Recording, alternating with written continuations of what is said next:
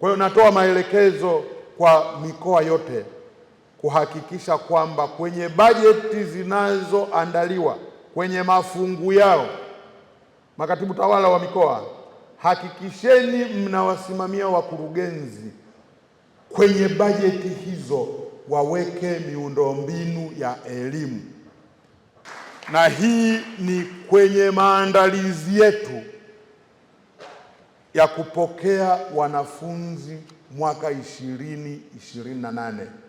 Mwaka 2028 kutokana na mtaala mpya tutakutanisha madarasa mawili, darasa la 6 na darasa la 7 watakutana kuingia form 1.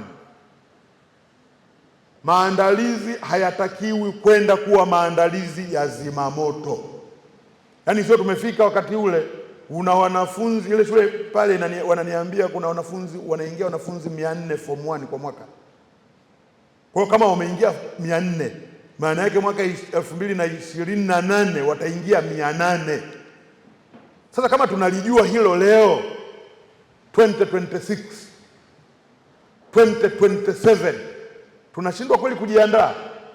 Waheshimiwa wakuu wa mikoa, mtanisaidia sana hili, tupate kujua mwaka 2028 kwa wanafunzi tulionao ambao watakuwa darasa la 7 mwaka 2027 na wale ambao watakuwa darasa la 6 mwaka 2027, kwa mkoa wako wangapi na tutawapokeaje?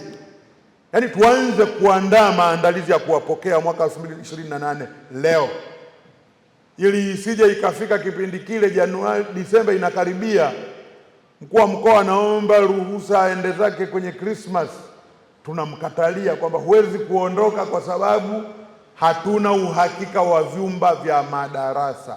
Tuweke kwenye bajeti zetu kuanzia sasa kwa estimate idadi ya vijana ambao tutawapokea mwaka 2028.